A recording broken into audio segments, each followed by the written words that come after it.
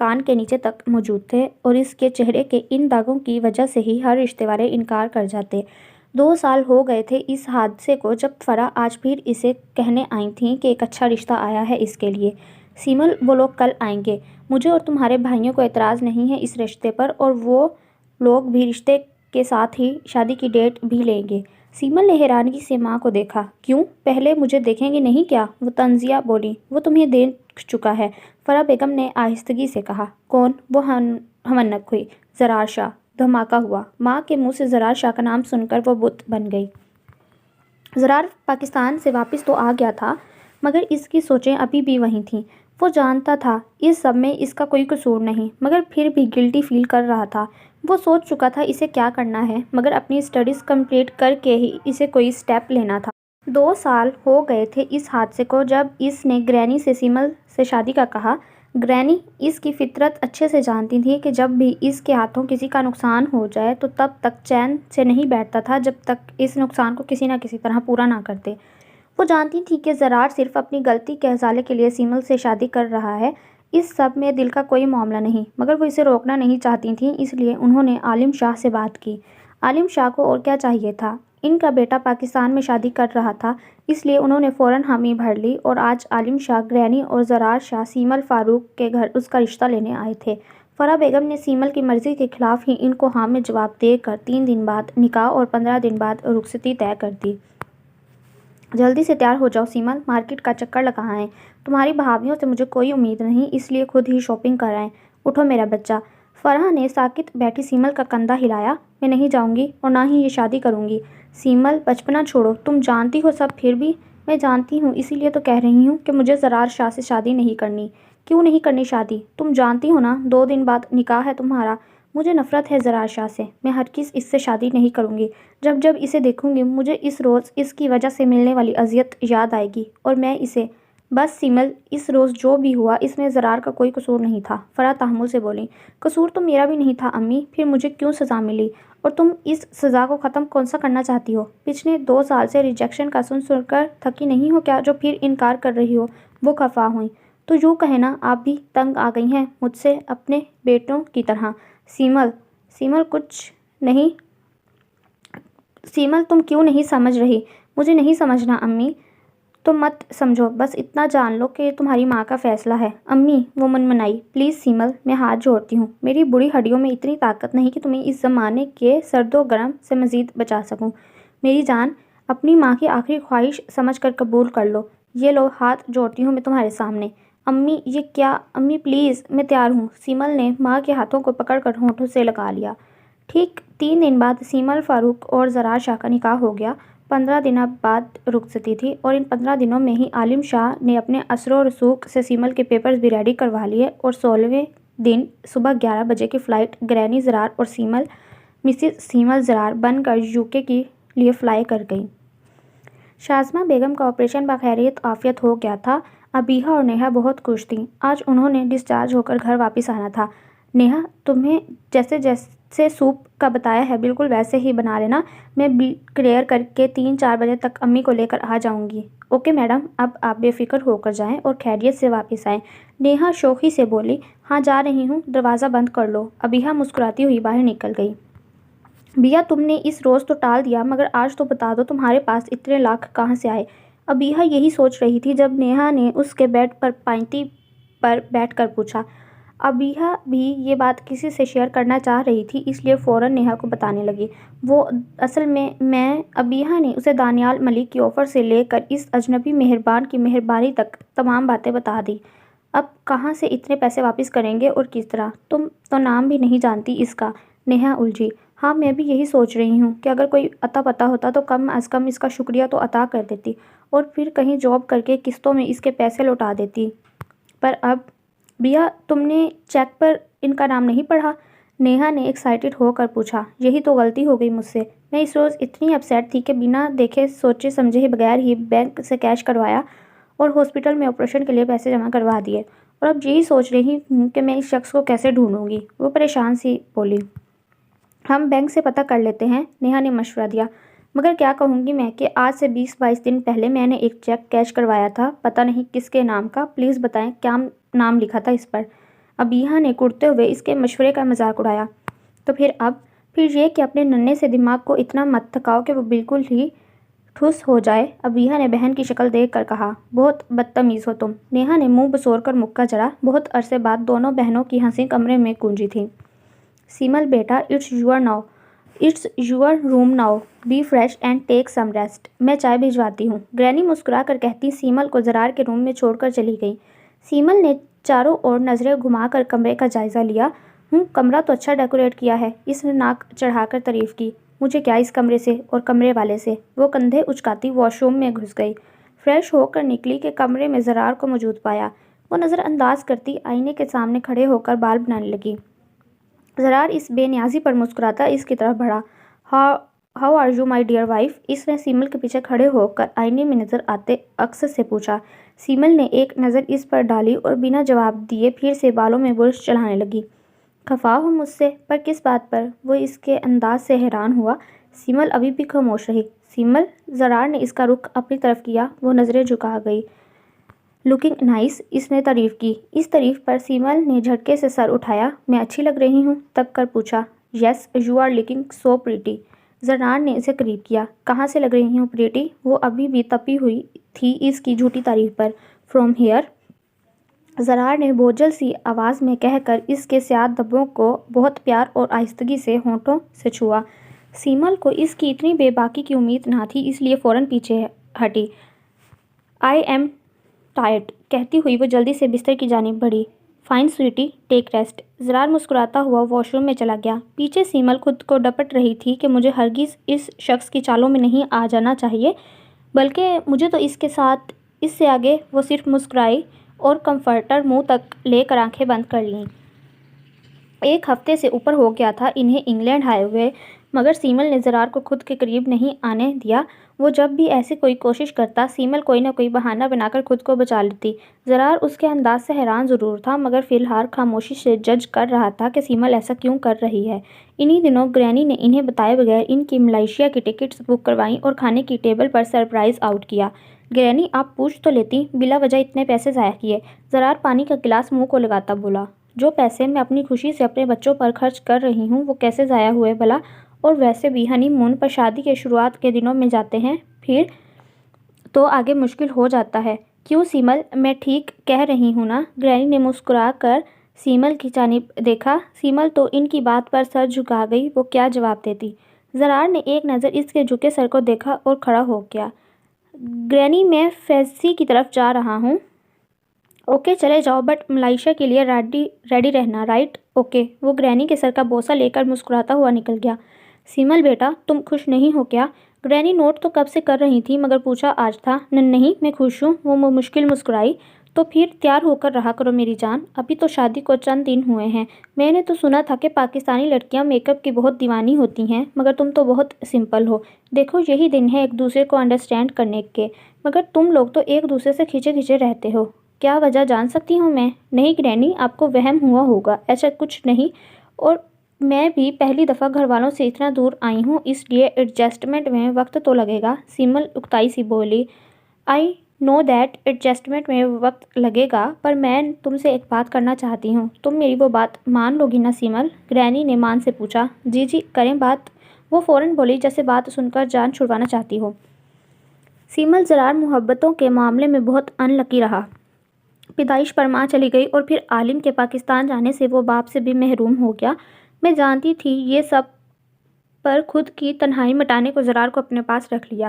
اپنی ساری ممتا، اپنی ساری محبتیں میں نے اسی پر لوٹائیں، مگر پھر بھی کچھ کمی سی ہے، اور میں چاہتی ہوں وہ کمی تم اپنی محبت دے کر پورا کر دو۔ دیکھو، میں جس ایج میں ہوں کبھی بھی چل بسوں گی، مگر چاہتی ہوں کہ میرے بعد کوئی ہو جو بڑے مان سے اسے چاہے، اس کی تنہائی کو سمیٹے، اور وہ کوئی تم ہی ہو سیمل۔ گرینی مسکرائیں۔ پتہ ہے سیمل، میں اپنے بیٹے کو عورت کی عزت کرنا سکھایا، اور تم یہ سب دیکھو گی بھی اس کے ساتھ رہ کر۔ ایک مرد کی لائف میں ہر عورت کی مخصوص جگہ ہوتی ہے، ماں، بہن، بیوی اور بیٹی، اور میرے زرار نے نہ ماں دیکھی اور نہ ہی بہن۔ بیوی کی صورت میں تم آ گئی ہو، اور اگر اوپر والے نے چاہا تو وہ بیٹی سے بھی نواز دے گا۔ سیمل انتہائی بیزاری سے سب سن رہی تھی۔ تم دیکھنا سیمل، میرا زرار ہر رشتے میں کتنا مخلص ہوگا، مجھے یقین ہے وہ تمہیں بہت عزت اور محبت دے گا، اور میری ریکویسٹ ہے سیمل کہ تم بھی اس سے محبت کرنا، وفا کرنا اور اس کی ساری غلطیوں اور تشنگیوں کو مٹا دینا میری جان۔ تم سمجھ رہی ہو نا میری باتیں؟ گرینی نے اس کا ہاتھ تھاما۔ جی، سیمل نے غائب دماغی سے سر ہلایا۔ او تھینکس سویٹ گرل۔ گرینی نے مسکرا کر سیمل کے ہاتھوں پر بوسہ لیا۔ وہ آج زرار کو سیمل کے حوالے سے مطمئن کر چکی تھیں۔ تم ریڈی ہو جاؤ، کچھ دیر میں باہر چلتے ہیں گھومنے، تم شاپنگ بھی کر لینا۔ زرار نے میگزین پڑھتی سیمل سے کہا۔ وہ کل ملائیشیا آ چکے تھے۔ مجھے کہیں نہیں جانا، وہ لاپرواہی سے بولی۔ کیوں نہیں جانا تمہیں؟ میری مرضی، سیمل نے کندھے اچکائے۔ ایک دفعہ اپنی مرضیوں کی لسٹ بنا دو تاکہ میں آگاہ ہو سکوں۔ زرار نے تھوڑے غصے میں آ کر کہا۔ دے دوں گی، مگر ابھی مجھے ڈسٹرب مت کرو۔ What's your problem girl? اس کے انداز پر زرار نے چلاتے ہوئے میگزین چھینا۔ کیا بدتمیزی ہے یہ جو تم کر رہی ہو؟ وہ کیا ہے تمہارے خیال میں؟ میں نے کہا نا مجھے ڈسٹرب مت کرو، سیمل نے لحاظ چھوڑتی چلائی۔ Don't be shout idiot. Zarar نے لابی میں کھلتی ونڈو بند کی۔ میں چلاؤں گی تو ایڈیٹ، اور تم چلاؤ تو مہذب؟ ہاں سیمل، واٹ از دس یار؟ تم مجھ سے جو بھی ایشو ہے کلیئر کرو، یوں روز روز میری انسلٹ کر کے کیا مل رہا ہے تمہیں؟ وہ ڈھیلا پڑا کیونکہ بلا وجہ غصہ کرنا اس کی عادت نہ تھی۔ سکون، سیمل نے دل میں کہا۔ سیمل، کچھ پوچھ رہا ہوں۔ وہ اس کی چپ پر دوبارہ بولا۔ میں تمہاری انسلٹ نہیں کرتی، لاپرواہی سے بتایا، مگر میری فیلنگس کی تو کرتی ہو نا۔ آئی نو دیٹ۔ ہماری کوئی لو میرج نہیں ہے جو ابھی سے ہم دونوں دھواں دھار عشق و محبت میں گرفتار ہو جائیں، مگر تھوڑی بہت محبت کرنے کی، رومانس کرنے کی کوشش تو کر سکتے ہیں نا؟ وہ شرارت سے کہتا سیمل کے قریب آ رکا۔ مجھے کوئی شوق نہیں تم سے رومانس کرنے کا۔ سیمل نے ناک چڑھایا۔ مگر مجھے تو ہے نا۔ زرار نے اسے حصار میں لیا۔ پلیز زرار، لیو می۔ وہ خود کو چھڑانے کی کوشش کر رہی تھی مگر زرار کا حصار مضبوط تھا۔ پلیز زرار، وہ تھک کر منمنائی۔ نو مور پلیز ہنی۔ وہ اس کے چہرے پر جھکا، اس کے سیاہ نشانوں کو چھو رہا تھا، بار بار، دیوانوں کی طرح۔ وہ شاید اپنے اس عمل سے سیمل کو ان دھبوں سے ملنے والی تکلیف کو کم کرنا چاہ رہا تھا، مگر سیمل کو اس کا یوں چھونا بالکل اچھا نہیں لگ رہا تھا۔ وہ خود کو چھڑانا چاہتی تھی مگر آج زرار نے تمام راستے بند کر دیے تھے۔ وہ دونوں ملائیشیا میں 15 دن کا ہنی مون ٹرپ گزار کر واپس آ چکے تھے۔ زرار نے جاب پر جانا شروع کر دیا۔ وقت ہمیشہ کی طرح بنا رکے گزرتا رہا۔ سیمل کے رویے میں بہتری آ گئی تھی۔ اس نے زبان کا استعمال کم کر دیا تھا۔ اب وہ زرار کو کسی بھی عمل سے روکتی ٹوکتی نہیں تھی، بلکہ اپنے رویے سے اس بیزاری کا اظہار کرتی جس سے وہ زرار کو شرمندگی کے ساتھ ساتھ اکثر یہ شبہ دیتی کہ شاید سیمل کو کوئی سائیکی پرابلم ہے جو وہ یوں زرار کے قریب ہونے پر اپنے ایکسپریشن سے اکتاہٹ شو کرتی ہے، جیسے زرار کو کوئی اچھوت بیماری ہو۔ انہی دنوں ایک روز پاکستان سے آنے والی کال نے سب کو پریشان کر دیا۔ فرح بیگم ہارٹ اٹیک کی وجہ سے انتقال کر گئی تھیں۔ سیمل نے جب سے فون سنا تھا رونے میں مصروف تھی۔ زرار اور گرینی مسلسل اس لیے حوصلہ دے رہے تھے، چپ کروا رہے تھے، مگر وہ زاروں قطار روتی جا رہی تھی۔ زرار، میں سنبھال لوں گی سیمل کو، تم جاؤ اور پاکستان کی ٹکٹ بک کرواؤ جا کر۔ گرینی نے سیمل کی ہچکیاں لیتے وجود کو سینے میں لگایا۔ جی گرینی، میں جاتا ہوں۔ زرار 2 ٹکٹس بک کروا آیا تھا۔ وہ اور سیمل فرح بیگم کے جنازے تک پہنچ گئے تھے۔ اس دوران زرار نے بہت مشکل سے اسے سنبھالا تھا۔ وہ 1 ہفتہ وہاں رک کر واپس آ گئے۔ سیمل کے بھائی بھابھیوں کا رویہ سیمل کے ساتھ کچھ عجیب سا تھا۔ سیمل واپس انگلینڈ آ کر بہت چپ چاپ رہنے لگی تھی۔ آخر سہیلی جیسی ماں چھوڑ گئی تھیں۔ نہ بھرنے والا زخم مل گیا تھا اسے، مگر وقت سب سے بڑا مرہم ثابت ہوتا ہے اور یہ بڑے سے بڑا زخم بھرتا نہیں مگر منتمل ضرور کر دیتا ہے۔ زرار اور گرینی نے بھی اسے ایکسٹرا توجہ دے کر نارمل کر ہی لیا تھا۔ فرح بیگم کی وفات کے بعد سیمل کے دونوں بھائی اور بھابھیوں نے کوئی رابطہ نہیں کیا تھا سیمل سے، مگر سیمل کو بھی ان سے کوئی سروکار نہ تھا۔ وہ خود بھی سنبھل چکی تھی۔ سیمل، وہ وارڈروب میں بزی تھی جب زرار نے پیچھے سے آ کر اس کے گرد حصار باندھا۔ کیا کر رہی ہو سویٹ ہارٹ؟ اس نے تھوڑی سیمل کے کندھے پر ٹکائی۔ نظر نہیں آ رہا؟ وہ بڑبڑائی۔ جب تم پاس ہوتی ہو تو مجھے تمہارے سوا کچھ دکھائی نہیں دیتا۔ زرار نے اس کی بکھری لٹیں ہٹا کر گستاخی کی۔ زرار پلیز موقع تو دیکھ لیا کرو، ہر وقت کے رومانس سے تھکتے نہیں کیا؟ وہ بیزاری سے بولی۔ ارے کہاں ڈارلنگ، تم تھکنے ہی کب دیتی ہو؟ وہ گمبھیرتا سے کہتا اس کا رخ اپنی جانب موڑ چکا تھا۔ اس سے پہلے کہ وہ آؤٹ آف کنٹرول ہوتا دروازہ نوک ہوا۔ کوئی ہے باہر؟ سیمل نے جان چھوٹنے پر شکر ادا کیا۔ دیکھتا ہوں، مگر واپس آ کر یہیں سے کنٹینیو کروں گا۔ وہ آنکھ مارتے دروازے کی طرف بڑھا۔ کوئی اور کام ہی نہیں۔ سیمل منہ بناتی پھر سے وارڈروب میں بزی ہو گئی۔ زرار، مجھے تم سے ضروری بات کرنی ہے، اگر فری ہو تو ابھی کر لیتی ہوں۔ گرینی نے اسے چینل سرچنگ میں مصروف دیکھ کر پوچھا۔ Why not dear lady, sit here. اس نے گرینی کا ہاتھ پکڑ کر پاس بٹھایا۔ زرار، مجھے تم سے فیضی کے بارے میں بات کرنی ہے۔ فیضی کے بارے میں؟ وہ حیران ہوا۔ ہاں، فیضی کے بارے میں۔ کہیے، وہ متوجہ ہوا۔ زرار، فیضی کا گھر آنا جانا کچھ زیادہ ہو گیا ہے، اس لیے منع کرو اسے اور باہر ہی ملا کرو اس سے۔ ایسا کیا ہو گیا گرینی؟ وہ بات سن کر حیران ہوا۔ پہلے کی بات اور تھی زرار، مگر اب اس گھر میں تمہاری بیوی بھی ہوتی ہے، وہ اکثر تمہاری غیر موجودگی میں آتا ہے۔ 1-2 دفعہ میں منع کر چکی ہوں مگر اس پر کوئی اثر نہیں ہوا، اور سیمل کو بھی سمجھاؤ کہ وہ اس سے زیادہ میل جول مت رکھے۔ گرینی پلیز، جو بھی بات ہے ڈائریکٹلی کہیے۔ وہ جانتا تھا ضرور کوئی ایسی ویسی بات ہوگی جو گرینی اس طرح کہہ رہی ہیں، ورنہ چھوٹی موٹی بات تو وہ خود بھی ہینڈل کر لیتی تھیں۔ کچھ بات نہیں، بس مجھے فیضی کا تمہاری غیر موجودگی میں آنا اور سیمل کا اس کی آؤ بھگت کرنا پسند نہیں۔ گرینی نے سیدھی بات کی۔ اوکے، آئی ول ہینڈل وہ، اور آپ پریشان نہ ہوں۔ زرار نے گرینی کے پریشان چہرے کو دیکھ کر ان کے بوڑھے وجود کے گرد بازو پھیلائے، اور گرینی کی بات پر وہ بھی ٹھٹک چکا تھا۔ زرار گرینی کی بات پر ٹھٹک چکا تھا۔ سیمل کا رویہ تو ابھی بھی کچھ خاص اچھا نہ تھا اس کے ساتھ، مگر پھر بھی اس نے سیمل کے بجائے فیضی سے بات کرنے کا سوچا۔ فیضی کا تعلق پاکستانی سیاسی فیملی سے تھا۔ وہ UK اسٹڈی کے لیے آیا تھا، مگر اسٹڈی کمپلیٹ ہونے پر بھی وہیں تھا۔ زرار اور فیضی کی پہلی ملاقات یونی میں ہوئی تھی، اور یہ ملاقات ہلکی پھلکی دوستی میں بدل گئی، مگر وہ دونوں ایک دوسرے کا الٹ تھے۔ فیضی کے 2 شوق تھے، شراب اور شباب، جبکہ زرار ان دونوں چیزوں سے کوسوں دور تھا، مگر پھر بھی وہ دوست تھے۔ فیضی کو وہاں اکیلا محسوس ہوتا، اس لیے اکثر اس کے گھر آتا جاتا رہتا تھا، کیونکہ گھر میں صرف زرار اور گرینی ہوتے، مگر اب سیمل بھی تھی، اس لیے احتیاط ضروری تھا۔ زرار نے فیضی سے مل کر باتوں باتوں میں اپنی غیر موجودگی میں آنے سے منع کر دیا تھا۔ آج وہ ہاسپٹل آیا تھا سیمل کی لاسٹ سرجری کا اپائنٹمنٹ لینے۔ زرار نے شادی کے بعد سیمل کی 3 سرجریز کروائی تھیں، جس سے سیمل کا چہرہ تقریباً ٹھیک ہو چکا تھا۔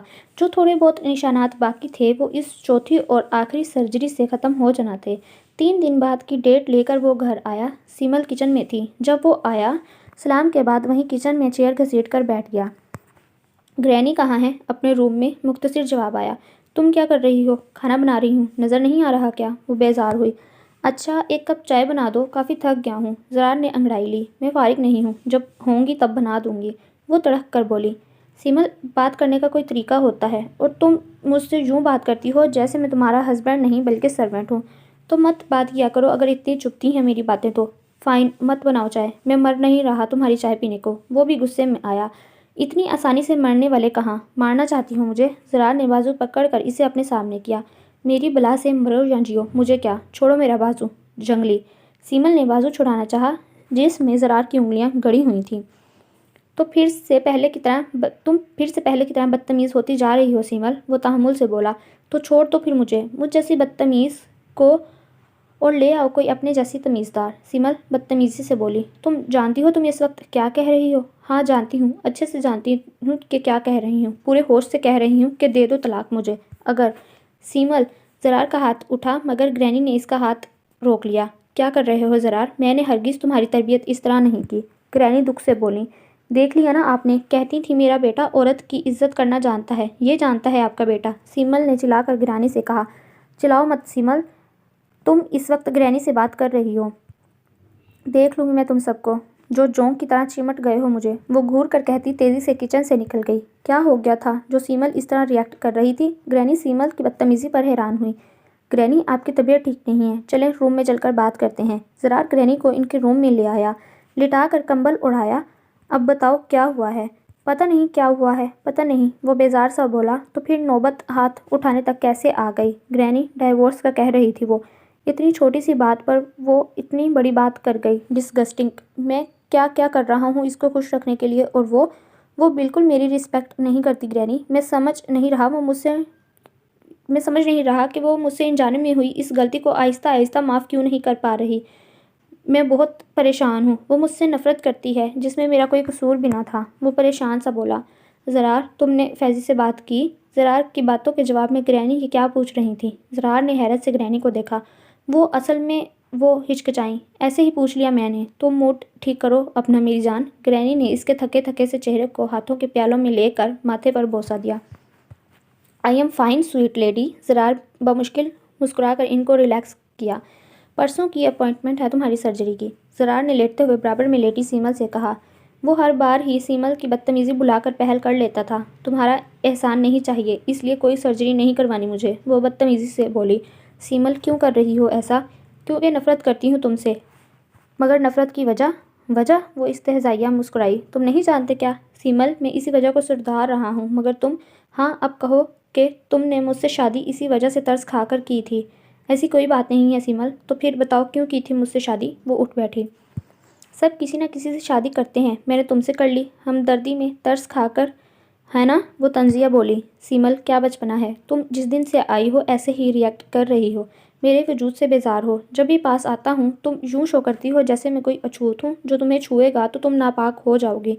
یہ سب جانتے ہوئے بھی میں اگنور کرتا ہوں کہ ایک دن تمہیں بھی مجھ سے لگاؤ ہو جائے گا، مگر تم اب اس طرح، میں جان بوجھ کر تم پر تیزاب نہیں گرایا تھا جو تم ابھی تک اس بات کو گھسیٹ رہی ہو۔ وہ بھی اکتا گیا تھا اس روز روز کی چک چک سے۔ مجھے سونا ہے، سونے دو اور اپنا لیکچر بند کرو۔ سیمل نے کروٹ بدل لی۔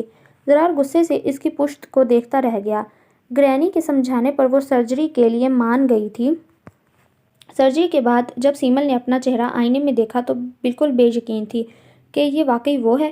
اتنے عرصے بعد اپنے چہرے کو پہلے کی طرح صاف شفاف خوبصورت دیکھ کر وہ بے یقین تھی۔ بہت اچھی لگ رہی ہو۔ زرار نہ جانے کب سے پیچھے آ کھڑا ہوا۔ جانتی ہوں۔ ہاں آج ڈنر باہر کریں، کیا خیال ہے؟ تمہارا خیال ہے، اور تم جو مرضی آئے کرو، مجھے بلا وجہ ہر جگہ مت گھسیٹا کرو۔ تم بیوی ہو اس لیے گھسیٹوں گا، میرا موڈ نہیں ہے کہیں جانے کا، وہ بیزاری سے بولی۔ تو پھر کس کا موڈ ہے؟ زرار شرارت سے پوچھ کر اس کے ساتھ بیٹھا۔ سونے کا۔ وہ زرار کی بات سمجھ کر بولی۔ مگر میرا موڈ تو جاگنے اور جگانے کا ہے، کان کے پاس سرگوشی کی۔ مجھے سونا ہے بس، اس لیے تنگ مت کرو ورنہ کیا، میں گرینی کے روم میں چلی جاؤں گی، دھمکی دی۔ اوکے سو جاؤ، مگر گرینی کو ڈسٹرب مت کرنا۔ زرار ہنستا ہوا لیپ ٹاپ کھول کر بیٹھ گیا۔ گرینی کی طبیعت کافی خراب رہنے لگی تھی، اس لیے وہ اپنے کمرے میں محدود ہو کر رہ گئی تھیں، اور اس بات کا فائدہ سیمل نے بہت اچھی طرح اٹھایا۔ وہ انہیں میڈیسن دے کر روز زرار کے آفس جانے کے بعد گھر سے نکل جاتی اور 2-4 گھنٹے باہر گزار کر آتی۔ وہ کہاں جاتی تھی، کیا کرتی تھی، کوئی نہیں جانتا تھا۔ اچھا فون رکھو، شاید زرار آ گیا ہے۔ دوسری طرف نہ جانے کیا کہا گیا تھا کہ وہ ہنسی۔ ارے ہرگز نہیں، ڈرتی ہوں میں اس سے، بس لحاظ کرتی ہوں۔ ہاں ہاں بابا، آ رہی ہوں کل، پھر بات ہوگی، بائے۔ کس سے بات کر رہی تھی؟ زرار کمرے میں داخل ہوتا پوچھا۔ فرینڈ سے، مختصر جواب آیا۔ کس فرینڈ سے؟ اس نے سرسری سا پوچھا۔ اب تم کیا میری فرینڈس کو جانتے ہو جو بتاؤں تمہیں؟ سیمل نے ایسے ہی لٹ مار انداز میں کہا۔ سیمل میں نے ایسے ہی پوچھا تم سے، مگر تم، اچھا بس، وہ بدتمیزی سے کہتی کمرے سے نکل گئی۔ پیچھے زرار اس کے رویے سے اکتاتا واش روم میں گھس گیا۔ زرار کی بھی برداشت کی حد ختم ہوتی جا رہی تھی اب۔ گرینی کی آنکھ کھلی تو انہیں اپنے روم کے کھلے دروازے سے لاؤنج میں ہنسنے کی آوازیں آئیں۔ انہوں نے کلاک کی طرف دیکھا۔ زرار کے آنے میں ابھی بہت وقت تھا۔ تو پھر کون ہے سیمل کے ساتھ؟ فیضی؟ ان کے دماغ میں جھماکا ہوا۔ میں نے پہلے بھی روکا تھا، اس لڑکی کو فیضی کے ساتھ میل جول مت بڑھائے، وہ کریکٹر کا اچھا نہیں، مگر پھر بھی اس سے مل رہی ہے۔ گرینی ہم کلامی کرتی لڑکھڑاتی دروازے تک گئیں، مگر وہاں سے لاؤنج میں نظر آنے والے منظر کو دیکھ کر وہ زمین بوس ہو چکی تھیں۔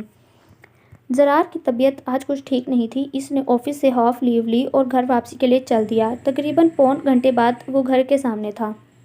لاک اوپن کیا اور تھکا تھکا سا چھوٹے چھوٹے قدم اٹھاتا آگے بڑھا، مگر لاؤنج کے دروازے پر پہنچ کر وہ ساکت ہو گیا۔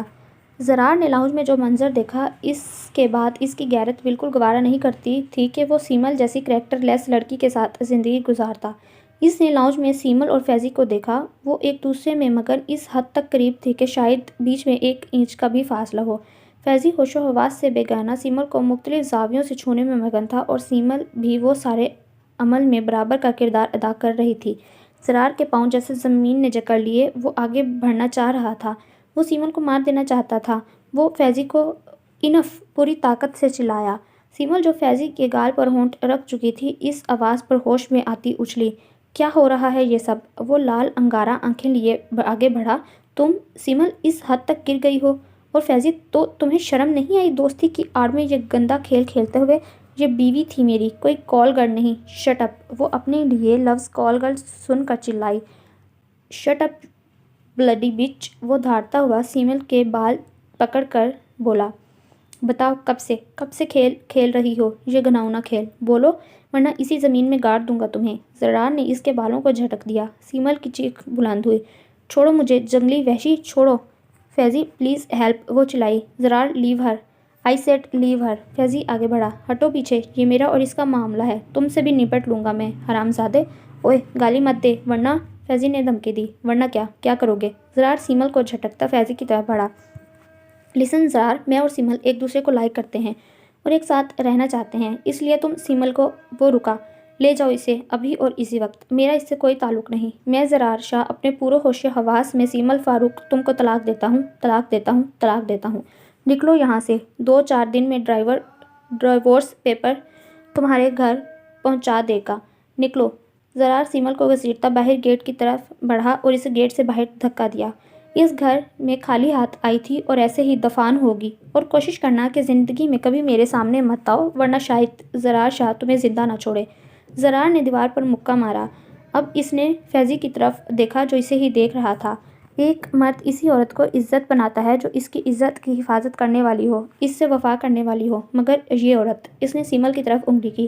یہ عورت اس قابل نہیں کہ زرار شاہ اس کو مزید اپنی عزت بنائے، اس کے ساتھ لائف گزارے، کیونکہ یہ مجھے، زرار شاہ کو ڈیزرو نہیں کرتی۔ اس کی لائف میں تم جیسے مرد کو ہی ہونا چاہیے۔ چلے جاؤ اسے لے کر، جاؤ۔ وہ دھاڑا کھٹاک سے گیٹ بند کر گیا۔ وہ زمین پر بیٹھا گھٹنوں میں سر دیے رو رہا تھا۔ زرار شاہ رو رہا تھا، زندگی میں پہلی بار، مگر شاید یہ پہلی بار ہی آخری بار تھی۔ وہ زندگی میں پہلی بار رویا تھا، ایک لڑکی کی وجہ سے۔ وہ لڑکی جو اس کی بیوی تھی۔ اپنی 25 سالہ زندگی میں پہلی بار وہ کسی لڑکی کے قریب ہوا تھا، وہ بھی اسے بیوی بنا کر۔ اپنی ساری توجہ، اپنی ساری چاہ اس پر نچھاور کی۔ وہ سب کیا، وہ سب دیا جو کوئی بھی بیوی ملنے پر خدا کا شکر ادا کرتے نہ تھکتی، مگر سیمل نے بہت برا کیا۔ اس شخص کے ساتھ جو اس کی زندگی میں ایک مہربان بن کر آیا تھا، اسے عزت دی، محبت دی، اس کی غلطیوں کا درگزر کیا، مگر وہ بدقسمت اس مہربان کی عزت داغدار کر گئی اور اسے ہی دھوکہ دے گئی۔ حیرت ہی حیرت تھی سیمل کی اتنی گندی اور گری سوچ پر، جو بجائے شکر صبر کرنے کے گنہگار ہو گئی تھی، وہ بھی ایک بدکردار مرد کے لیے۔ زرار جب دل کھول کر رو چکا تو اندر بڑھا گرینی کے پاس، مگر گرینی کو زمین پر گرے پا کر اس کے رہے سہے اوسان بھی جاتے رہے۔ وہ جلدی سے گرینی کے نحیف وجود کو بازوؤں میں بھر کر ہاسپٹل کی طرف بھاگا۔ ڈاکٹر نے گرینی کی بے ہوشی کی وجہ سٹریس بتائی۔ تو کیا وہاں جو بھی ہوا گرینی وہ سب جان گئی تھی؟ نہیں، اگر گرینی کو کچھ ہوا تو تم دونوں کو ہرگز نہیں چھوڑوں گا تم دونوں کو۔ زرار جگہ کی پرواہ کیے بغیر اردو میں بلند آواز میں چلایا۔ ارد گرد لوگوں نے حیرت سے اسے چلاتے دیکھا، مگر وہ سب گورے بات سمجھنے سے قاصر تھے۔ اتنے میں نرس نے اطلاع دی کہ گرینی کو ہوش آ گیا ہے۔ وہ تیز قدم اٹھاتا روم کی طرف بڑھا۔ گرینی بیڈ کی بیک سے ٹیک لگا کر تھوڑی سی اوپر اٹھی بیٹھی تھی۔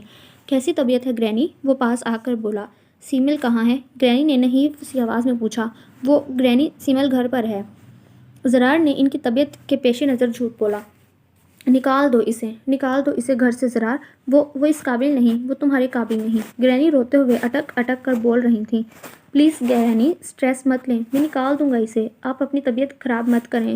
نہیں، تم ابھی جاؤ اور جا کر اسے… وہ رکیں۔ گرینی، میں نے نکال دیا ہے اسے گھر سے بھی اور اپنی لائف سے بھی، ہمیشہ کے لیے۔ پلیز آپ ٹینشن مت لیں۔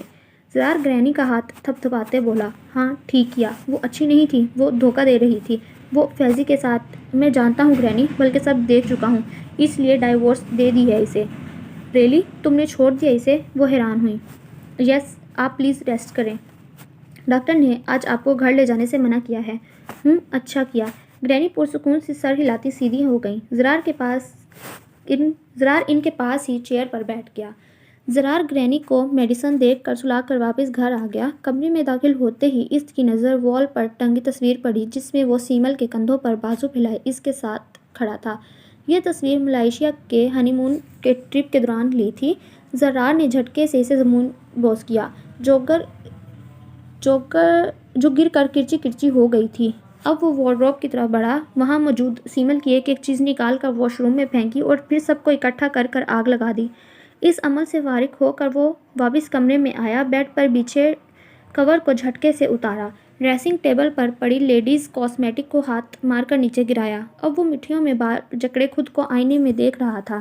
اسے خود سے بھی گھن آ رہی تھی کہ اس نے 1.5 سال ایک ایسی عورت کے ساتھ گزارے جو اس کی عزت کا جنازہ اس کی غیر موجودگی میں نہ جانے کتنی بار نکال چکی تھی۔ نہیں، ایک دھاڑ کے ساتھ زرار نے آئینے پر مکہ مارا، جس سے نہ صرف شیشہ کریک ہوا بلکہ اس کا ہاتھ بھی لہو لہان ہو گیا، مگر زرار کوئی پرواہ نہ کی اس تکلیف کی۔ وہ دیوانوں کی طرح کمرے کی ایک ایک چیز توڑ رہا تھا۔ وہ ان سب چیزوں کو توڑ دینا چاہتا تھا جس کو سیمل چھو چکی تھی۔ جب سب کچھ ٹوٹ بکھر گیا تو وہ خود کو شاور کے نیچے کھڑا کر چکا تھا اور وہ خود کو پاک کر لینا چاہتا تھا جس نے بار بار اس کے وجود کو چھوا تھا۔ وہ اپنے جسم کو رگڑ رگڑ کر دھو رہا تھا جیسے اپنے وجود سے سیمل کی نہ نظر آنے والی گرد کو دھونا چاہتا ہو۔ اگلے دن وہ گرینی کو گھر لے آیا تھا۔ زندگی پھر سے پہلے کی طرح ہو گئی تھی۔ آفس، گھر اور گرینی، یہی 3 چیزیں پہلے تھیں اس کی لائف میں اور یہی اب رہ گئی تھیں، مگر وہ خود بہت بدل گیا تھا۔ ہنسنا ہنسانا تو بھول چکا تھا، ہمہ وقت سنجیدگی طاری کیے رکھتا۔ چہرے پر گرینی سنبھال رہی تھیں اسے، مگر اس پر کسی چیز کا اثر نہ ہوتا۔ اسموکنگ ایڈکٹ بنتا جا رہا تھا۔ گرینی اسے بارہا شادی کا کہہ چکی تھی، مگر شادی کے نام پر وہ ایسا چڑھتا کہ ارد گرد موجود ہر چیز کرچیوں میں بدل کر دم لیتا۔ گرینی اس کی حالت کو دیکھ کر پریشان ہوتی رہتی۔ وہ زرار جسے غصہ چھو کر نہیں گزرتا تھا، اب وہی زرار کوئی بات تحمل سے نہیں کرتا، ماتھے پر ہر وقت تیوری چڑھی رہتی، یوں جیسے ہر چیز کو قدموں تلے رونت دینا چاہتا ہو۔ عجیب سی اکھڑ شخصیت میں بدل چکا تھا وہ۔ اس واقعے کے 1 سال بعد گرینی بھی زرار کو چھوڑ گئی۔ اب وہ بالکل اکیلا رہ گیا۔ گھر کی تنہائی سے بیزار ہو کر وہ ساری رات سگریٹ ہاتھ میں لیے انگلینڈ کی سڑکوں پہ پھرتے گزار دیتا۔ اب وہ سکون کی خاطر، اپنی پچھلی ماندہ زندگی کو بھولنے کی خاطر کبھی کبھی شراب پینا بھی شروع کر چکا تھا۔ انہی دنوں عالم شاہ پاکستان سے انگلینڈ آئے اور بیٹے کی حالت دیکھ کر دنگ رہ گئے۔ یہ ہرگز زرار نہ تھا، یہ تو کوئی اور ہی بن گیا تھا۔ وہ فورس کر کے اسے اپنے ساتھ پاکستان لے آئے۔ اماں جان کے پیار بھرے رویے نے زرار کو بہت ڈھارس دی اور وہ کافی حد تک خود کو کمپوز کر چکا تھا۔